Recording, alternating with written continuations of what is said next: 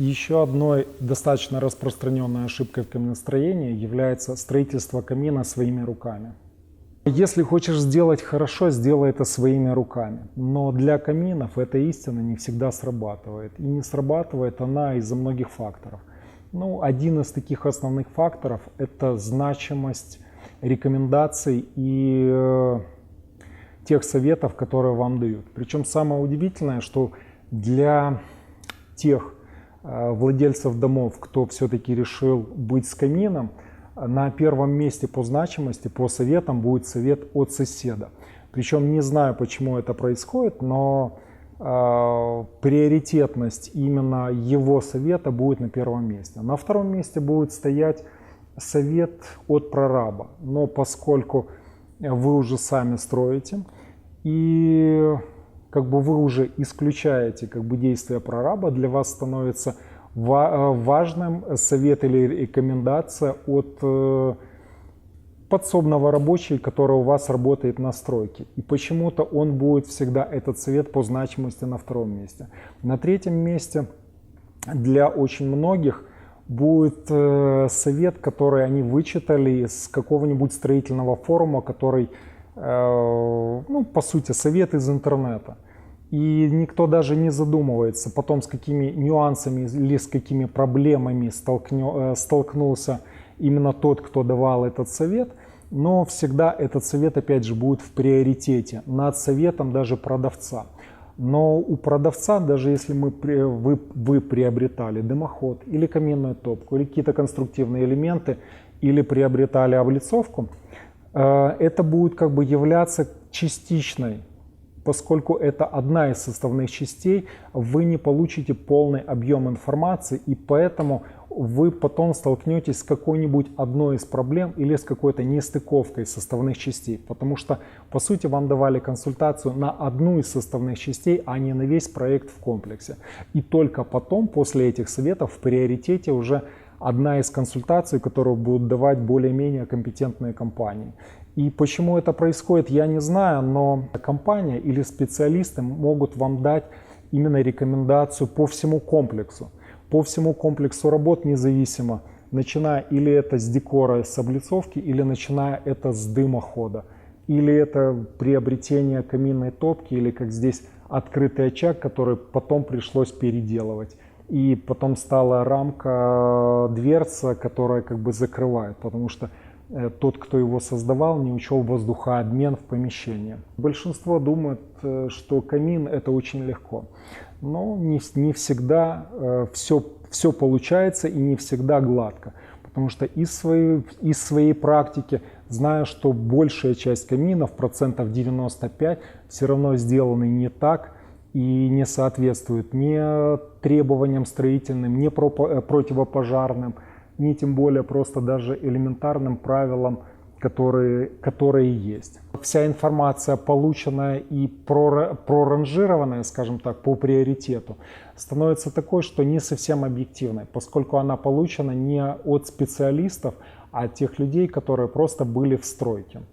Поэтому вот это является тем, что вы плавно переходите в два таких неправильных момента. Первый – это непонимание, на каком этапе стройки будет четко делаться камин, поскольку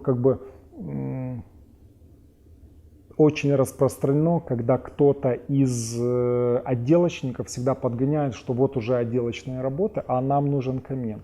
Это самый распространенный способ, но иногда вас будут подгонять крышники, потому что говорить, нам надо сделать крышу, а дымохода нету.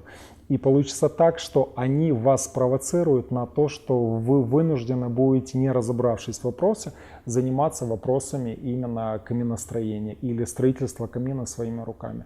Следующим моментом, с которым вы столкнетесь с тем, что вы не понимаете, какая конструкция вам лучше, какая более эффективна. Потому что если вы будете получать советы, все будут говорить о камине, но о каком камине будет идти речь, нету четкого понимания. Или об открытом камине, или о камине с закрытой топкой конвекционного типа, или теплоаккумулирующий камин, или теплоемкая печь, которая как бы перекочевала как бы с прошлого столетия в это, или камин с водяным контуром. Но это все будут говорить камин, и поэтому вы, не понимая, какая конструкция вам наиболее приемлема и что вам наибольшим образом подходит, вы как бы будете больше запутываться.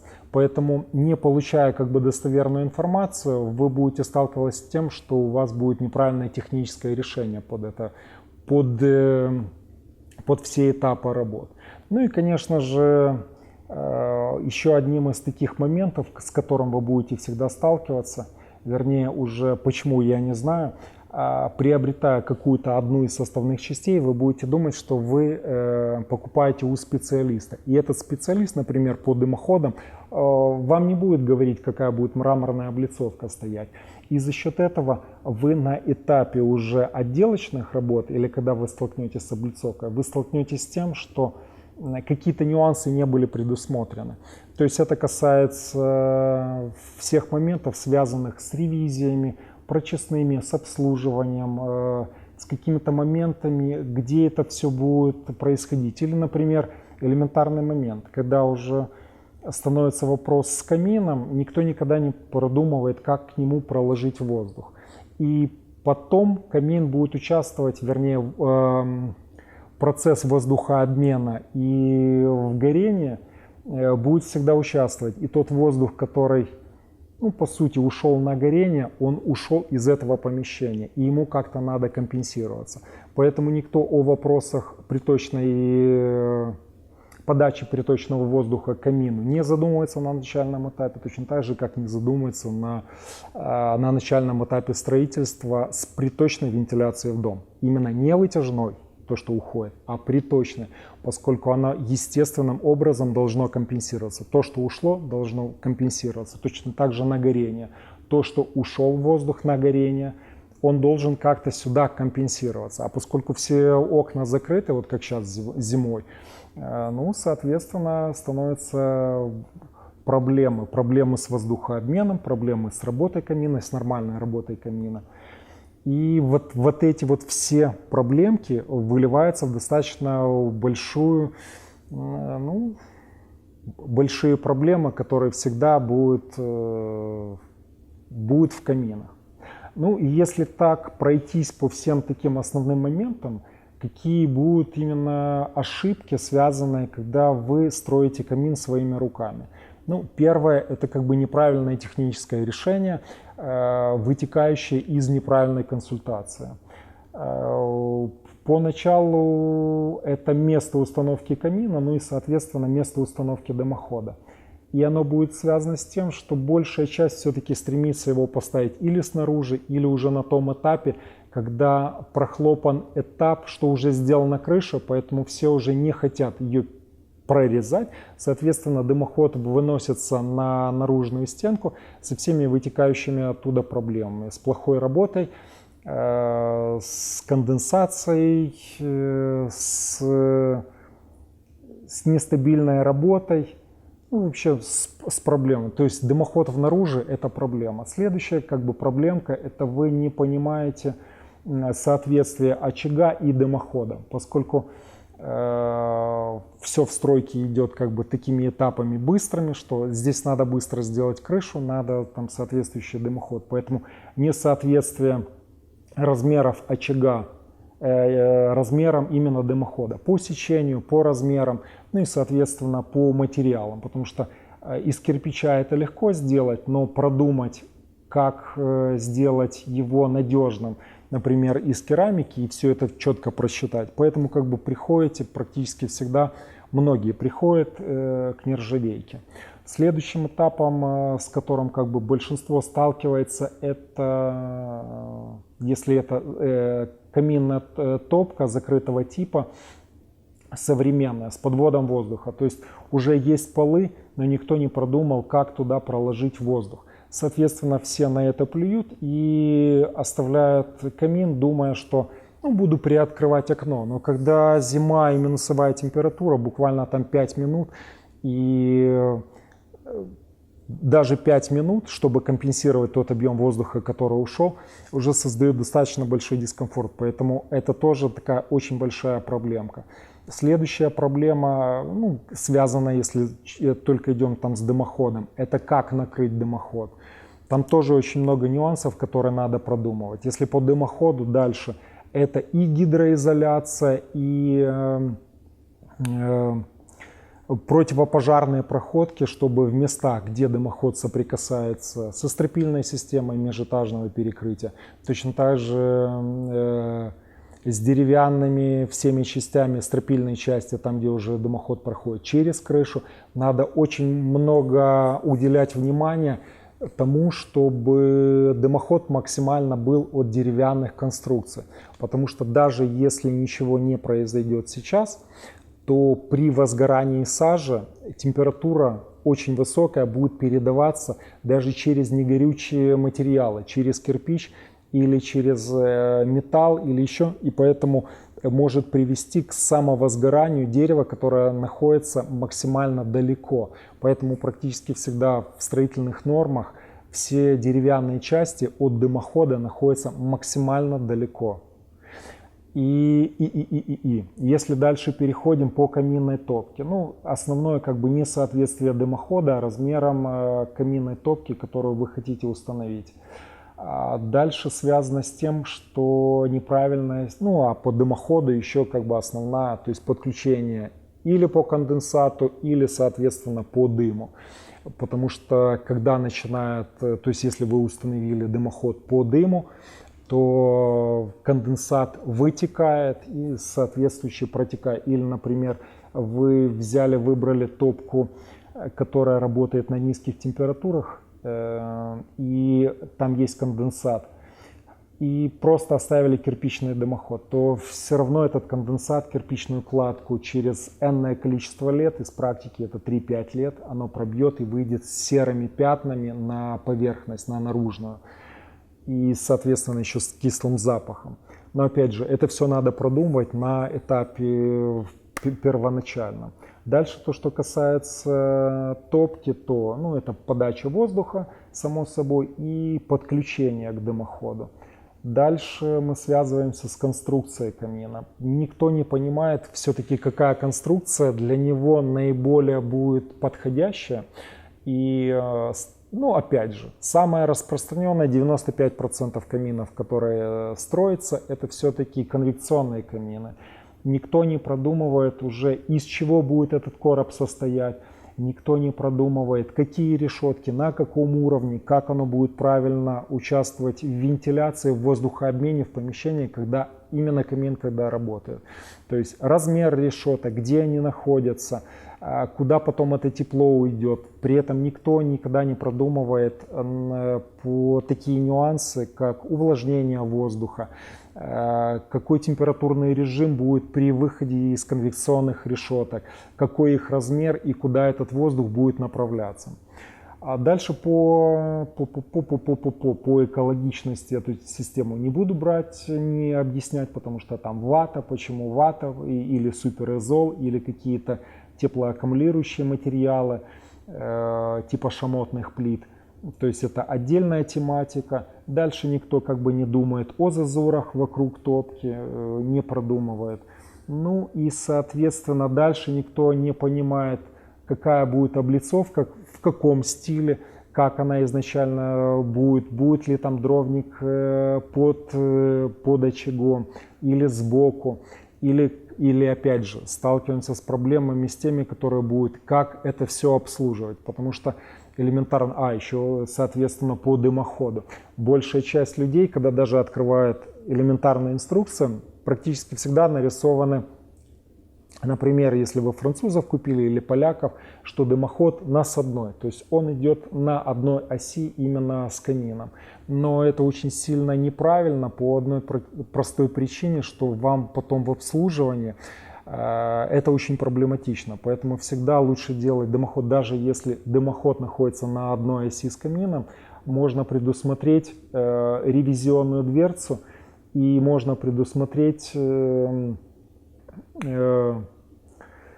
отвод конденсата или, по крайней мере, отстойник, в который все будет накапливаться и из которого потом можно будет прочистить это все. Но, опять же, никто над этим не задумывается и, соответственно, лепят трубу вертикально вверх, а потом, опять же, все, что туда упало, или тот же конденсат, если он образовался, он течет черными подтеками, опять же, все это в камин. И вот эти маленькие нюансы, ну, как бы всегда лучше продумывать на начальном этапе. Поэтому, когда камин делается своими руками, даже осознанно, даже с пониманием, выходит такое, что камин делается не всегда правильно, не всегда он соответствует строительным нормам и противопожарным правилам, не всегда он эстетически выглядит нормально, потому что какой-то нюанс не был предусмотрен, и не всегда он эффективен. То есть получается так, что камин становится, ну, по сути, каким-то компромиссом между чем-то и чем-то. То есть 100% нормального камина, который бы как бы вы изначально хотели, из-за вот таких вот маленьких нюансов выльется в то, что что-то будет недоделано. То есть, по сути, выйдет конструкция, которая, ну, в большей степени компромисс, чем правильно сделанный камин. Ну и опять же, нет очень четкого понимания, какая все-таки система вам будет наиболее комфортна. Поэтому вот таких вот нюансов очень много, на которые надо обращать внимание на начальном этапе. Что же делать все-таки, если решили создавать камин своими руками? То есть самое основное — это получить достоверную информацию. Потому что даже если вы будете получать не у строителей или людей, не связанных со стройкой, информацию, что даже внутри каминного бизнеса есть дымоходчики, которые как бы четко все делают по дымоходам, но они всегда могут объяснить по облицовкам и по каким-то элементам отделочным. Компании, которые продают каминные топки, не всегда, опять же, могут проконсультировать правильно по дымоходам, по противопожарной безопасности. Ну и, соответственно, опять же, будет страдать декор.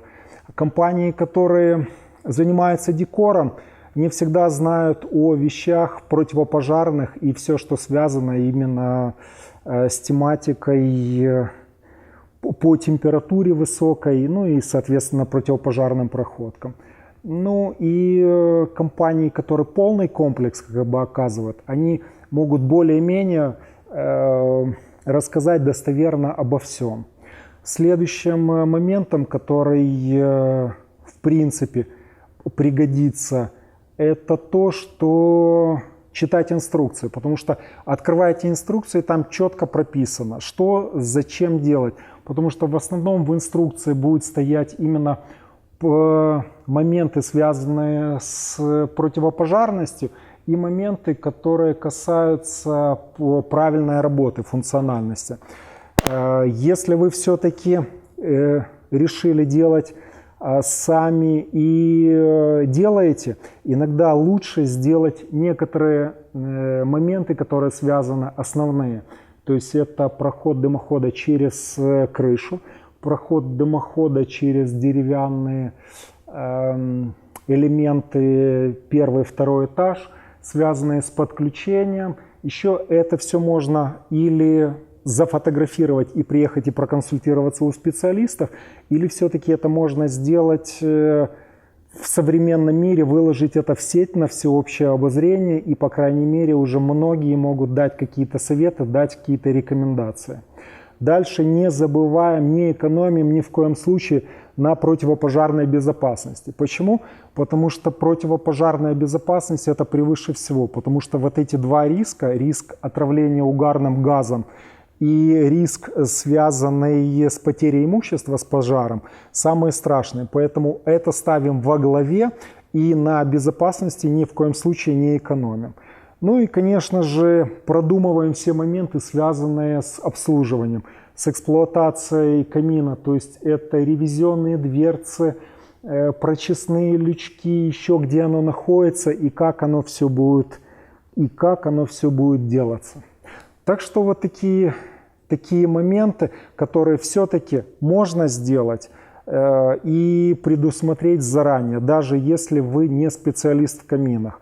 Вот если вот эти все рекомендации как бы соблюдать, то можно сделать хороший, эффективный, качественный, соответствующий всем противопожарным нормам, ну и, соответственно, эффективный камин. Ну и самое главное, не экономить и не делать своими руками, а делать правильно. Потому что вот здесь понять одну простую вещь, что вашу работу принимает не супруга, не члены семьи, а огонь. И огонь пренебрежения не прощает.